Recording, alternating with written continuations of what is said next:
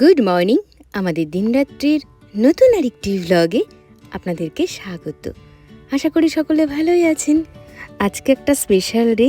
আজকে 3 বোনে আবার এক জায়গায় হব। আমার মেজো কাকুর মেয়ে রূপা বুনু আসছে বাপের বাড়িতে ষষ্ঠী করতে। ষষ্ঠীর দিন তো ওরা আসেনি, আপনারা ভ্লগে দেখতেই পেয়েছিলেন। তার কারণও আপনারা জানেন, মনোজিৎদের মিষ্টির দোকান, মিষ্টির ব্যবসা। এই বিশেষ দিনগুলোতে বিশেষ বেচাকেনাও হয় ওদের দোকানগুলোতে, সেই কারণে দোকান ছেড়ে বেরিয়ে আসা একটু মুশকিল। তাই আজকে ছুটির দিনে ওরা আসছে। উত্তম বাড়িতে রয়েছে, কিন্তু বিকেল বেলায় ওকে যেতে হবে একটা বিশেষ কাজে।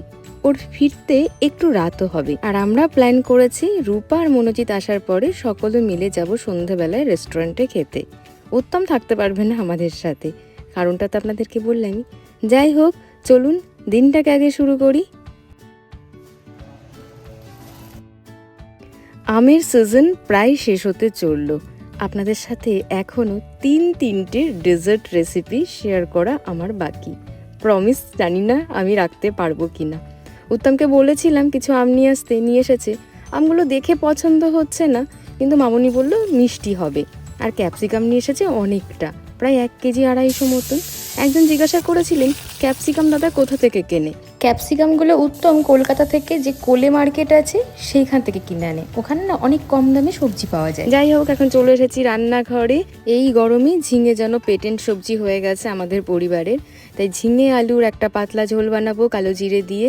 আর বানাচ্ছি একটু আলু ভাজা, তার সাথে একটু উচ্ছে ভাজা আর ডাল আর একটু পনিরের সবজি।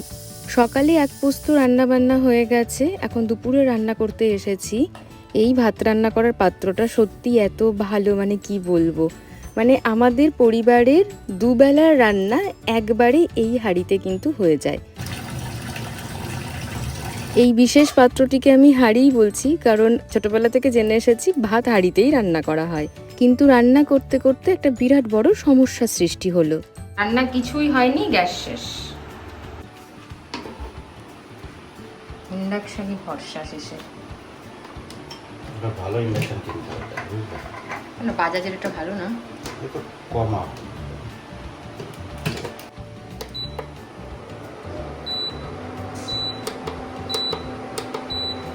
এই ইন্ডাকশানে আমি এর আগে কোনো দিনও রান্না করিনি। হ্যাঁ, ওই দুধ গরম হয়তো 1-2বার করেছিলাম, কিন্তু ভাত তরকারি রান্না আমি কোনো দিনও করিনি।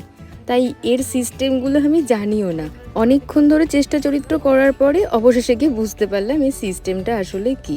অনেকগুলো মোড এখানে আছে, রুটি করার জন্য আলাদা, ভাত রান্না করার জন্য আলাদা, সবজির জন্য আলাদা, ডালের জন্য আলাদা, জল গরম দুধ গরমের জন্য আলাদা। তো আমার ভাত রান্না করতে, ওই সবজি ভাত রান্না করা, এইগুলোর মোড একই। এদিকে ভাজাটা তো হয়ে গেছিলো, একটু তেল বেঁচে গেছে, সেই তেলটা আমি ওই ঝিঙের তরকারির মধ্যে দিয়ে দিলাম। ঝিঙের তরকারিতে দেখুন গ্যাস কিন্তু জ্বলছে না, তাই মিশিয়ে রেখে দিলাম ওখানে। ভাত হয়ে গেল। একটা মজার ব্যাপার হলো, ভাত কিন্তু খুব তাড়াতাড়ি হয়ে গেল। আর ডালটা যেহেতু আমি সেদ্ধ করে রেখেছিলাম প্রেসার কুকারে, তাই ডালটাও আমার হয়ে গেল। পনিরটা ভাবছি আর বানাবো না, পনির শুধু ভেজে নেবো একটুখানি। আর ঝিঙের তরকারিটা 30% মতন হয়ে এসেছিল, ওটা রান্না করতে তো খুব বেশি সময় লাগে না, ওটাও হয়ে গেছে। তবে এতটুকু বুঝলাম যে গ্যাসের থেকে আমার যা মনে হলো ইন্ডাকশানে তাড়াতাড়ি রান্না হয়, আর বাসনপত্র কিন্তু অতটা গরমও হয় না। যে স্টিলের বাসনগুলোতে আমি ইন্ডাকশানেই কিন্তু রান্না করলাম। দ্য ইন্দাস ভ্যালির এই স্টেনলেস স্টিলের বাসনগুলো সবই ইন্ডাকশান ফ্রেন্ডলি। আমি লিঙ্কগুলো ডেসক্রিপশন বক্সে দিয়ে দেব, আপনারা চাইলে পারচেস করতে পারেন। আমার একটা কুপন কোড আছে প্রিয়াঙ্কি দাস নামে, সেই কুপন কোডটি ইউজ করলে আপনারা যে ছাড় চলছে ওদের সাইটে, তার উপরে এক্সট্রা 12% ছাড়ও পেয়ে যাবেন। দুপুরে খাওয়া দাওয়ার পরে একটুও বসিনি, আর স্নানও আমি করিনি। স্নান সন্ধ্যাবেলায় করব, সকালবেলায় তো একবার গা হাত পা ধুয়েই নি, সেই জন্য আর স্নান করিনি। বন্ধু ভাই,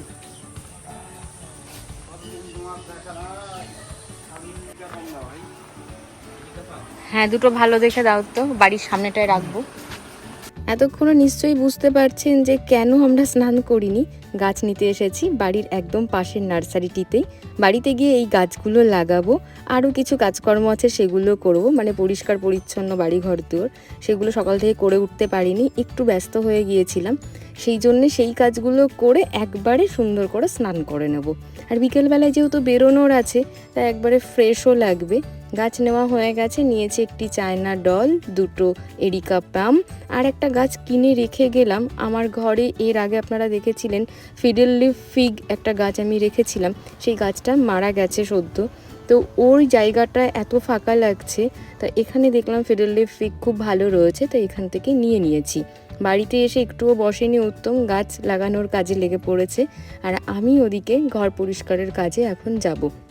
আপনারা অনেকেই আমাকে বলেন যে দাদা কি কাজ করে, দাদা কাজ করে না, সব তুমি একা করো। একদমই ভুল কথা। আপনারা যারা আমার পরিবারের পুরনো সদস্য তারা জানেন উত্তম পরিবারে কি কাজ করে। ওই বলতে গেলে বাড়ির সবথেকে বড় দুটো কাজ করে থাকে। আমার বাড়ির পুরো ক্লিনিংয়ের দায়িত্ব ওর রয়েছে, আর রান্নার পরে বড় বড় বাসনগুলো ওই কিন্তু ক্লিন করে দেয় আমায়। যাই হোক, গল্প করতে করতে তো গ্যাস চলে এসেছে। কপাল ভীষণ ভালো, আমাদের একদম অপেক্ষা করতে হয়নি। আসলে আমরা গ্যাস আগে থেকেই বুক করে রেখেছিলাম, একটা নির্দিষ্ট টাইমের পরেই আপনাকে গ্যাস ডেলিভারি করবে, সেই জন্যই আমরা ওই প্ল্যানটা করে রেখেছিলাম। তো তাতে করে গ্যাস আমরা পেয়ে গেলাম, এটা একটা ভালো দিক। এখন এসেছি নিচে, একটা ভাই এসেছে, চলুন দেখি কি বলছে ও। কি হচ্ছে ভাই বলো তাড়াতাড়ি। আম গাছের? হ্যাঁ হ্যাঁ হ্যাঁ, বাহ, thank you. Hi, good evening. Shampoo করে স্নান করেছি, মামনি বাবুর খাওয়া হয়ে গেছে, এখন ঘড়িতে বাজে 8টা। আমরা যাচ্ছি রেস্টুরেন্ট। রূপ এসেছে, রূপের হাজবেন্ড আজকে ট্রিট দেবে, ও গাড়ি নিয়ে এসছে। উত্তম ফিরবে অনেক রাতে, তাই উত্তমও যেতে পারছে না, আমি ওদের সাথে যাচ্ছি। আমি আজকে পরেছি একটা প্যান্টালুন্স থেকে কেনা শার্ট। প্লিজ এই শার্টের লিঙ্ক কেউ চাইবে না, একটা এরকম ক্রপ টপ টাইপের শার্ট, একটা বেল বাটন জিন্স। এই প্যান্টটা নিয়েছি আমি নাইকা ফ্যাশন থেকে, প্যান্টটার লিঙ্ক আমি ডিসক্রিপশন বক্সে শেয়ার করে দেবো। আর একটা স্টিলেটও পরেছি, আর সাথে নিয়েছি এই কাজোর সিলিং ব্যাগটা। ফুল লুকস আপনাদের সাথে অবশ্যই শেয়ার করব। চলুন তাহলে যাই, ঘুরে আসি আর রেস্টুরেন্টটা কেমন দেখে আসি। হ্যাঁ, বলাই তো হয়নি কোন রেস্টুরেন্ট যাচ্ছি রানাঘাটে আম্রপল্লী মনে হয় রেস্টুরেন্টের নাম, ভুলে গেছি। আর একবার দেখতে হবে কি, তারপর আপনাদের সাথে আমি কনফার্ম নামটা বলতে পারবো। রূপারা চলে এসেছে, যাওয়ার পথে ওরা আমাকে এখান থেকে পিক করে নেবে, ফোনে এরকমই কথা হয়েছিল। চলে আসো।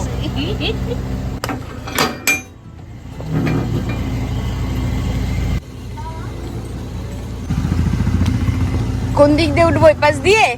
কেমন আছো? আরে বাপরে। যেতে যেতে দুটি কথা আপনাদের সাথে শেয়ার করি। দুপুরে রান্না করতে করতে গ্যাস শেষ হয়ে গিয়েছিল। আপনাদের মনে হতে পারে যে দিদি, যে দুটি সিলিন্ডার যদি আপনার থাকে, ডাবল সিলিন্ডার, তাহলে গ্যাস শেষ হয়ে গেলে তো খুব বেশি সমস্যা হওয়ার কথা নয়। হ্যাঁ, আমার ডাবল সিলিন্ডারই, কিন্তু আমার যে কুকুর আছে আপনারা সেটা জানেন। আর মায়ের বাড়িতে রান্নার ঘনঘটাটা অনেক বেশি, মানে প্রচুর রান্না করে থাকে আমার মা।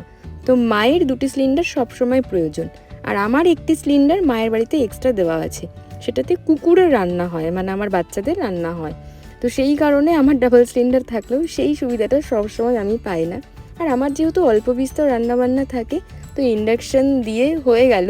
এই ফার্স্ট টাইম আমি এরকম একটা সমস্যায় পড়লাম। এর আগে এই ধরনের সমস্যায় খুব একটা পড়িনি, মানে বুঝতে পেরে যেতাম যে গ্যাস শেষ হয়ে গেছে, আর তক্ষুনি কিছু একটা ব্যবস্থা হয়ে যেত, ও বাড়ি থেকে না সিলিন্ডার আনিয়ে নিতাম, কিছু একটা মানে এরকম করে ম্যানেজ হয়ে যেত। এবারই ফার্স্ট টাইম যে রান্না করতে করতে এই বিপদে পড়েছিলাম। আপনাদের সাথে গল্প করতে করতে অনেকটা পথ তো অতিক্রম করে চলে এসেছি। আপনাদেরকে তো বলেছিলাম যে রানাঘাটে যাচ্ছি। হ্যাঁ, রানাঘাটে যাচ্ছি, তবে আম্রপালি বলে কোনো রেস্টুরেন্ট নয়, আমি ভুল বলেছিলাম। রেস্টুরেন্টের নাম হচ্ছে দ্য ফ্লেভার্স অফ রানাঘাট। এর আগেও এসেছিলাম, আমার বার্থডের সময়ও এসেছিলাম, কিন্তু নামটা আমি বেমালুম ভুলে গেছিলাম। আর বেশিক্ষণের রাস্তা নয়, আমরা প্রায় পৌঁছেই গেছি। আর এই রেস্টুরেন্টটা একদম হাইওয়ের ধারে নয়, একটু ভেতরে গ্রামের রাস্তা দিয়ে এগিয়ে গিয়ে তারপরে আপনাকে যেতে হয়। আমরা গুগল ম্যাপ ধরেই যাচ্ছি। বেশ অনেক দিন পর আবার 3 বোনে একসাথে। আকাশে দেখুন কি দুর্দান্ত লাগছে ওই চাঁদটা, মানে মেঘের আড়ালে রয়েছে ও। আমরা গ্রামের রাস্তাটি ধরে নিয়েছি, এখান থেকে কিছুটা এগিয়ে গেলেই রেস্টুরেন্টটি। আর রেস্টুরেন্টে বসে আজকের বিষয় কি নিয়ে আমরা আলোচনা করব, তার টপিক বর্দি ভেবে এসেছে বাড়ি থেকে। আপনাদেরকে বলি, আমাদের একটা বেড়াতে যাওয়ার পরিকল্পনা চলছে। কোথায় যাব সেই নিয়েই আজকের মূল আলোচনা। অবশেষে পৌঁছে গেছি গন্তব্যে। পাওয়ার ব্যাংক পড়েছে। কোলের ওপরে কোনো জিনিস নিয়ে বসলে পারে আমি মাঝে মধ্যেই ভুলে যাই যে আমার কোলে কোনো জিনিস আছে ছোটোখাটো। আর যখন আমি গাড়ি থেকে বা স্কুটি থেকে বা বাইক থেকে নামি আর সেটা বেমালুম পড়ে যায় নিচে। আপনাদের সাথেও এরকম ঘটনা ঘটে কিনা জানাবেন তো আমাকে। আমার কাছে আমি ক্যাশই আনিনি, যাই 20 টাকা দাও। রেস্টুরেন্টের অপোজিটে একটা পার্কিং রয়েছে, ভীষণ ভালো পার্কিংটি, কিন্তু এখানে আপনাকে পার গাড়ি হয়তো 20-25 টাকা দিতে হয়। তবে এই পার্কিংটি কিন্তু এই রেস্টুরেন্টের সঙ্গে নয়, মানে এদের প্রপার্টি নয়। এটা এখানে একটা দুর্গাপুজো হয় ক্লাব, তাদের প্রপার্টি। ওরা সারা বছর এখানে এই পার্কিং থেকে টাকা মানে আর কি ইনকাম করে আর সেটা পুজোতে ইনভেস্ট করে। সিস্টেমটা আমার খুব ভালো লেগেছে। আর এই রেস্টুরেন্টটা আপনারা যারা পুরনো সদস্য তারা জানেন কেমন। সামনেই একটা আমাদের সেই কলকাতার হেরিটেজ ট্যাক্সি সেটা রয়েছে, হলুদ ট্যাক্সি। আর খুব সুন্দর, প্রচুর গাছপালা, অনেকটা এরিয়া নিয়ে। মামামের নাম কি হাফ বিরিয়ানি? কি কিউট লাগছে দেখতে, দেখ ক্যামেরা ফ্রেন্ডলি, হেভি কিউট লাগছে। হ্যাঁ, মামামের সাথেও অনেক দিন পরে দেখা। রূপের মেয়ে বেশ বড় হয়ে গেল, তাই না? চলুন ভিতরে যাই আর এই রেস্তোরাঁর সব থেকে বড় আকর্ষণ যেটা, সেই বৃহত্তম আম গাছ, সেটা দেখি। ওয়াও কি সুন্দর একটা জায়গা। Happy birthday to you. আমার বার্থডে সেলিব্রেট করতেও তো এখানে এসেছিলাম। আর ওপরে যে ডেক বানানো রয়েছে ওখানে বার্থডে সেলিব্রেশনের জন্যই মূলত ডেকোরেশন করে রেখেছেন ওনারা। কারোর একজনের বার্থডে সেলিব্রেট হচ্ছে, তো আমরা নিচ থেকে উইশ করে দিলাম। আর দিদি আর রূপ এগিয়ে যাচ্ছে চায়ের কাউন্টারের দিকে, দুজনেই চায় লাভার। আর আমি আজকে বিশেষ কিছু খাবো না, আমার শরীরটা খুব বেশি যে ভালো আছে তেমন নয়, আমি একটি কফি নেব শুধুমাত্র। তবে এই খাওয়া দাওয়া পর্বের আগে কিছু ছবি তো তুলতেই হবে, কারণ খাওয়া দাওয়া হয়ে গেলে তখন আর ভালো লাগে না, এনার্জি চলে যায়। আর এই চারপাশটা আপনাদেরকে আমি একবার দেখিয়ে দিই। গাছের ভিতরে ভিতরে এরকম রাইস লাইট দিয়ে কি সুন্দর করে ওনারা সাজিয়েছেন, পুরো মনে হচ্ছে দীপাবলি। আর মাম্মামের দিকে যেই ক্যামেরাটা নেওয়া হয়েছে, মাম্মাম লজ্জা পেয়ে গেছে। রেস্টুরেন্টেতে বসার অনেকগুলো সেগমেন্ট আছে, অনেকগুলো এখানে নৌকা মতন করা আছে, বিভিন্ন জায়গায় বসতে পারেন, কিন্তু সেই সমস্ত জায়গাতে হয়তো এসি নেই এই গরমে, সেই জন্য একটু কষ্ট হবে। তাই আমরা ওনাদের এই ভিতরে যে বসার অংশটি রয়েছে সেখানেই বসছি। ভেতরটা বেশ সুন্দর, কোজি কোজি একটা ব্যাপার, অনেক বড় এরিয়া নয়। খাওয়া দাওয়ার যে কটা টেবিল রয়েছে মানে হাতে গোনা, যদি অনেক লোকজন একবারে চলে আসে আমার মনে হয় তখন ওয়েট করতে হয়। তবে এদের একটা জিনিস আমার খুব খারাপ লাগলো, যে এই কয়েকজন গেস্টকেই ওনারা খুব ভালো করে ম্যানেজ করতে পারছেন না। পুরো টেবিলটাতে নোংরা ছিল, কোস্টারগুলোতে খাবার লেগে রয়েছে, বলাতেও সেগুলো পরিষ্কার করার কোনো ইচ্ছাও দেখলাম না ওনাদের কাছে। আমি সেই জন্য জিজ্ঞাসাই করলাম যে আপনারা এইভাবেই আনহাইজেনিক টেবিলটাতে গেস্টদেরকে খাবার সার্ভ করেন? এখানে যারা খাবার সার্ভ করছেন তাদেরকে যথেষ্ট পোলাইটভাবেই বলেছিলাম, কিন্তু ওদের কাছে সেরকম কোনো সদুত্তর পাইনি। আর আমি যেহেতু শুধু কফি খাবো সেই জন্য পাপান ভাইকে বলেছিলাম একটা কফি এনে দিতে। এই মেন কাউন্টারে আপনারা কফি পাবেন না, ওই যেখানে গাছটি রয়েছে আম গাছ, ওইখানে রয়েছে ওনাদের ক্যাফেটেরিয়া, ওখান থেকে পাপান ভাই আমাকে কফি এনে দিয়েছে, তো ওকে অসংখ্য ধন্যবাদ। আর এদিকে দিদি সেলফি তুলতে ব্যস্ত, মনোজিৎ খাবারের অপেক্ষা করছে, মামামের ঘুম পেয়ে গেছে। আর রূপা একটুখানি বিরক্ত বোধ হচ্ছে যে এখনও খাবার এলো না। আমরা খাবার অর্ডার করেছি প্রায় 40 মিনিট হয়ে গেল। আমার কফিটা এসে গেছে, চলুন এটা তো ঠান্ডা হয়ে গেলে ভালো লাগবে না, আমি কফিটা এনজয় করতে থাকি।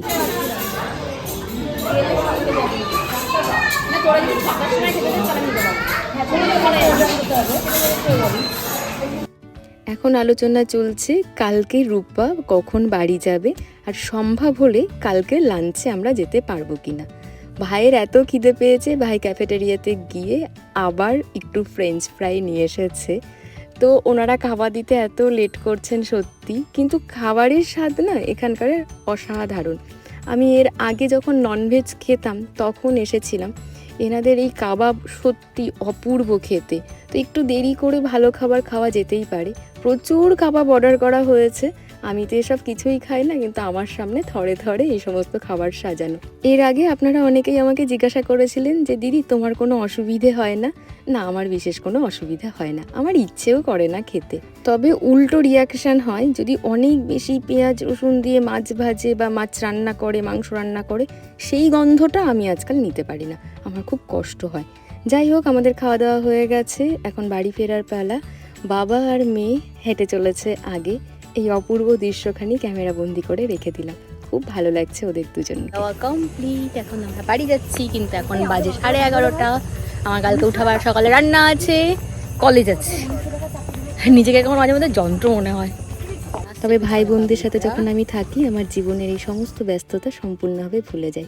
আর এই কোটেশনটা দেখুন, বচপন তো গয়া জবানি ভি গই, এক পল তো আব হামে জিনে দো জিনে দো। এই লেখার পরিপ্রেক্ষিতে একটা কথাই আমার ভিউয়ার্সদের উদ্দেশ্যে আমি আজকে বলতে চাই, যেটা মনে হচ্ছে সেটা করে নিন। এই বয়স, এই শক্তি, এই ইচ্ছে, এই সময় আর থাকবে না। কাল করব বলে যদি রেখে দেন, সেই কালটা আপনার জীবন আর কোনো দিন আসবে না। হ্যাঁ, অনেকেই হয়তো পরিকল্পনা করে চলেন, তবে আমি এতটুকু শুধু বলতে পারি যে আজকেরটা আজকে করে নেওয়াই বেটার। যাই হোক, এখন মামার সাথে গল্প করতে করতে গাড়ির দিকে যাচ্ছি। মামাকে জিজ্ঞাসা করছিলাম ওদের সিলেবাসে কী কী আছে আর ওর কোন অংশটা পড়তে বেশি ভালো লাগে। তো আমাকে বললো ওর ইভিএসটা পড়তে ভালো লাগে, মানে পরিবেশ বিজ্ঞান, ইএনভিএস আমরা বলে থাকি। এই পুরো মুহূর্তটাতে আমি সব কিছু ভুলে থাকলেও একজনকে খুব মিস করেছি, সেটা হলো উত্তম। শুধু আমি একা নয়, আমাদের টিমের প্রত্যেকে। ও খুব মজার তো, সব সময় এত হাসায়, এত ব্যস্ততার মধ্যেও এত লাইট থাকে সব সময়। মানে আপনি ওকে দেখবেন সবসময় কোনো দুশ্চিন্তা নেই, কিছু নেই, বিন্দাস একটা মানুষ। আমরা এখন বাড়ির পথে। আজকের ব্লগটি যদি আপনাদের ভালো লেগে থাকে তাহলে প্লিজ প্লিজ প্লিজ একটা লাইক করে দেবেন। আর যারা এখনও আমার চ্যানেলটি সাবস্ক্রাইব করেননি তারা প্লিজ সাবস্ক্রাইব করে দেবেন। আজ আসি, শুভরাত্রি।